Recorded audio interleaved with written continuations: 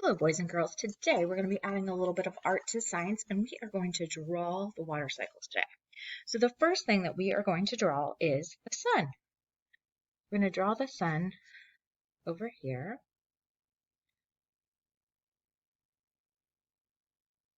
All right, and then we're going to draw some rays from the sun coming down because these rays are very hot and they are going to help with evaporation of the water.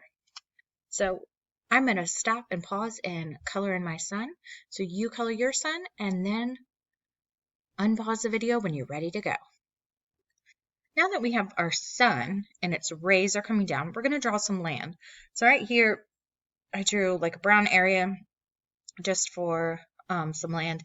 And then I'm going to draw like a little hill here because when water from rain lands on a mountain or hill, it's going to start here and then it's going to flow down. We want to make sure that we understand that it can come from like a hilly area also.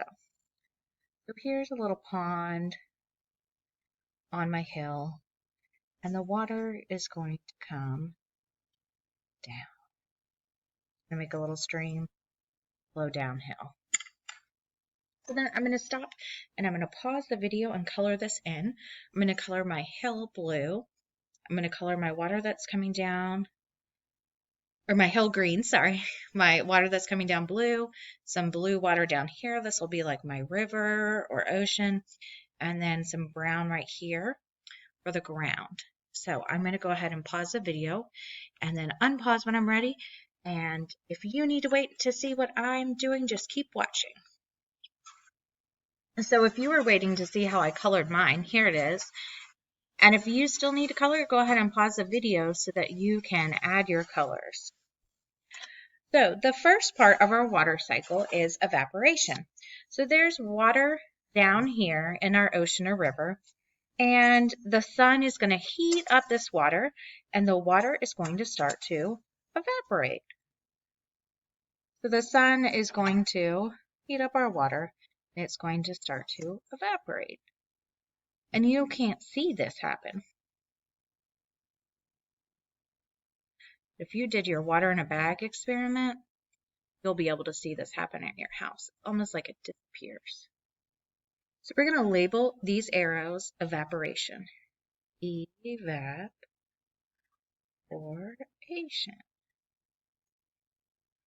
And what makes this possible is the heat from the sun.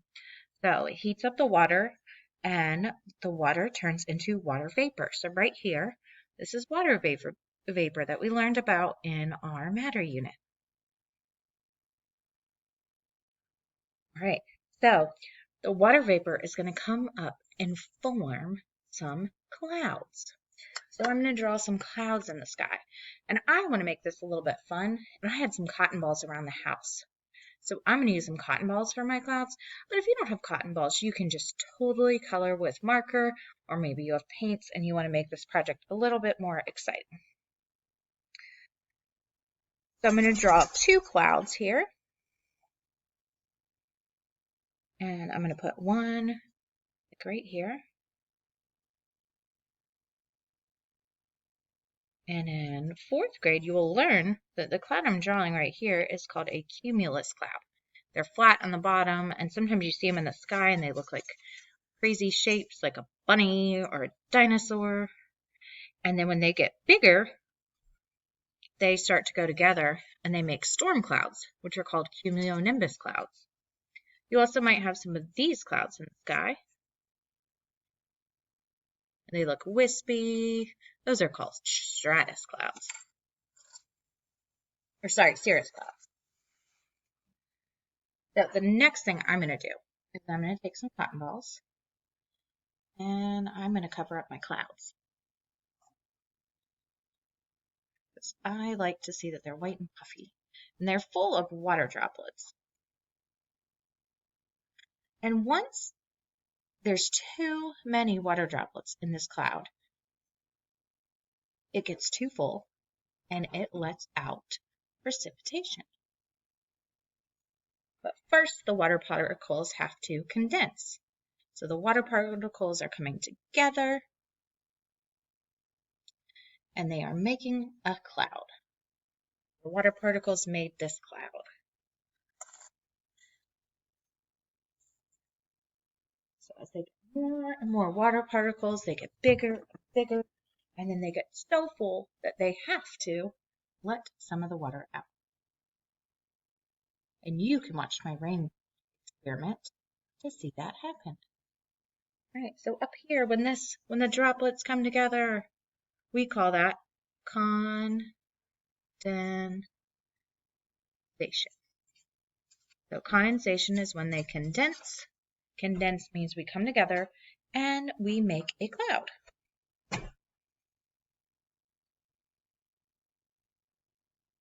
And then the clouds get full, like I said, and they're going to create precipitation. So you can use something at home for your precipitation. You could always just use a foil crayon and draw some raindrops coming down. If you have sequins, you can use that. I have some cool fishbowl beads I could use. So let's see what Miss Bass decides to use. All right, so I used fishbowl beads. I have these left over from slime, and I thought they would be perfect for my raindrops. So I put some rain coming out of this cloud and some coming out of this cloud. And this is called precipitation. Let's see, where can we write this?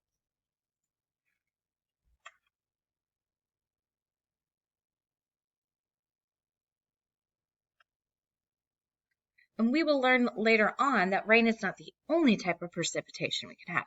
We could have snow, we could have sleet, we could have hail, we could have freezing rain, or we could just have rain. So we're going to learn about how all of those different types of precipitation forms. So we started in our water cycle with the sun's rays coming down and heating up the water. And so the water then turned into water vapor. And it goes up into the air, just like the steam off of a pot of boiling water. If you boil a pot of water, you're going to see all that steam coming up. So that's like what water vapor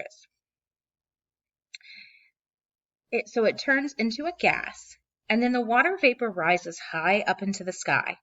When it's higher up in the sky, it's going to cool down and turn back into a liquid. This process is called condensation. So it's condensing and turning into clouds. So they're liquid water droplets that make up all the clouds. When too much water has condensed, the water droplets in the cloud become too heavy and too big for the air to hold them. And so they fall back down as snow, sleet, hail, freezing rain, and what we know as precipitation. And then here I just drew that if any rain droplets fall in this pond, that when this pond gets too full, it's going to run off and come down into our water. So I hope you enjoyed getting crafty today and making our water cycle. I'm going to label the top so I know what this is. And then you're going to send a picture to your teacher of your water cycle. Please know that it is totally fine if you use crayons and markers or just draw it with a pencil. But I like to add a little bit of fun when I create stuff. So send this to your teacher so they can see that you understand the water cycle. And I can't wait to teach you about the different types of precipitation.